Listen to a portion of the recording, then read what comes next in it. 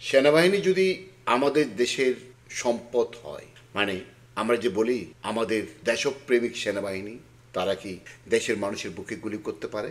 পারে না। যদি সেনাবাহিনীর মধ্যে ন্যূনতম দেশপ্রেম থাকে, তারা পারে না, কিন্তু তারা করেছে। গোপালগঞ্জে নিরস্ত্র মানুষের উপরে সেনাবাহিনী নির্বিচারে গুলি চালিয়েছে।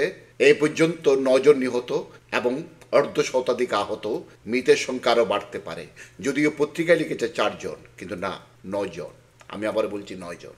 আমার কাছে যে খবরটা আছে, স্থানীয় লোকজন বলছে যেই সব সেনাবাহিনী গোপালগঞ্জবাসীর উপর, গোপালগঞ্জের নিরস্ত্র মানুষের উপর গুলি চালিয়েছে, তারা কেউ বাংলায় কথা বলেনি, তারা কথা বলছে উর্দুতে, তারা কথা বলছিল উর্দুতে।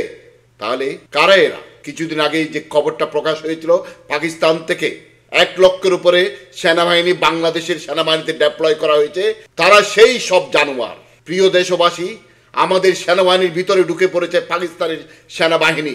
তারা আমাদের সেনাবাহিনীর ড্রেস পরে, আমাদের রাষ্ট্রীয় গৌরবোজ্জ্বল পোশাক পরে তারা আমাদের দেশের লোকদের উপর গুলি চালাচ্ছে। সুতরাং এখন আর সেটা ফেসিবাদ বনাম গণতন্ত্রের লড়াই নয়, এটা সম্পূর্ণভাবে বাংলাদেশের স্বাধীনতা এবং বাংলাদেশের পরাধীনতার লড়াই। কারণ পাকিস্তানি সেনাবাহিনী, যারা আমাদের সেনাবাহিনীর সদস্য হিসাবে কাজ করছে, তারা আমাদের দেশের স্বাধীনতাকে ভুলুণ্ঠিত করে বাংলাদেশকে আবার পূর্ব পাকিস্তানে ফিরিয়ে নিয়ে যাওয়ার পায় তারা করছে।